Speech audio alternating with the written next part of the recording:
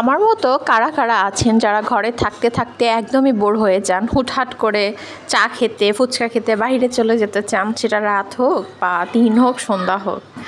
তো চলেন আজকে আপনাদের সাথে শেয়ার করছি আমরা কোথায় গেলাম। দেরি না করে বলে দিই কোথায় গিয়েছিলাম। খানপুর গিয়েছিলাম। হুটহাট করে বাসায় চা কফি খেতে খেতে বোর লাগছিল, তো এই জন্য ভাবলাম যে তান্দুরি চা খেতে খানপুর যাব। আমার বাড়ি থেকে প্রায় 10 থেকে 12 মিনিটের মতোই। তো এখানে চলে গেলাম। ফুচকাটা ভীষণ মজা ছিল ভাই, অনেক মজা ছিল। তো হুটহাট করে আমি সাফওয়ানের বাবা আমরা এখানে চলে গেলাম চা খেতে।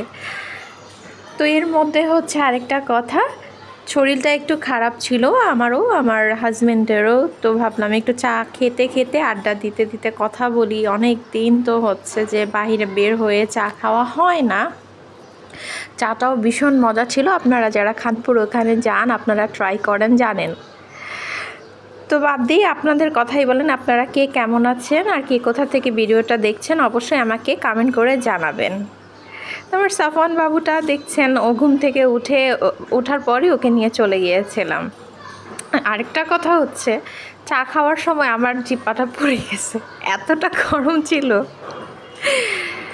তো যাই হোক, চাটা খেয়ে দিয়ে এখন আমি একটু ঢং ঢং করে চায়ের পিকচার তুলছিলাম, এটা সেটা করছিলাম।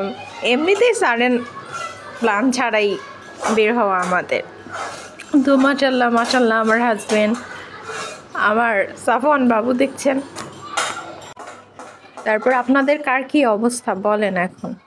তো আমাদের চাটা খাওয়া শেষ, আমরা চলে যাব একটু ঘোরাঘুরি করে। আমরা এমনিতেই বের হই, এমনিতেই ঘোরাঘুরি করি যখন ভালো লাগে না। বাসা থেকে বের হলে একটু ভালো লাগে ঘোরাঘুরি করতে।